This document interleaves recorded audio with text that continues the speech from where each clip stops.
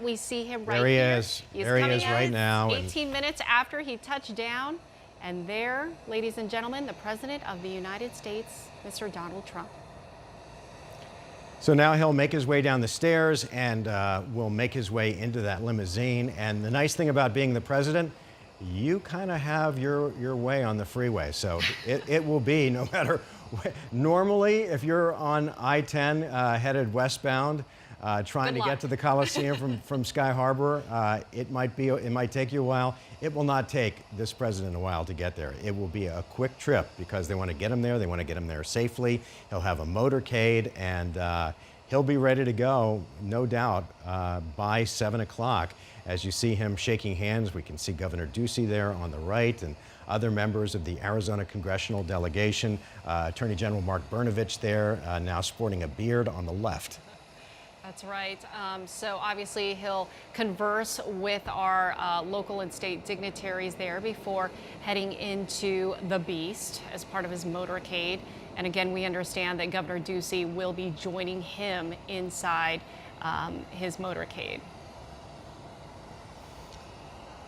And I don't know if the crowd at the Coliseum has access to this feed that we're seeing now of the president on the ground, but I am sure the excitement is building because they've been in there. We had people camping out last night at 10 o'clock, waiting in line so they could be assured of having a good seat for this rally. So those people, if they're seeing this, if they know the president is on the ground now, they are going crazy because they know it won't be long before the president makes his way and is on the Coliseum grounds. Yeah, not just camping out, but getting there easily nearly 30 hours before the scheduled event. That just goes to show how diehard so many of his supporters are. I was listening to the radio on the way in. One mom, she left her 3-year-old child for the very first time in order to camp out to see the president at this rally. You have people from California, you have students,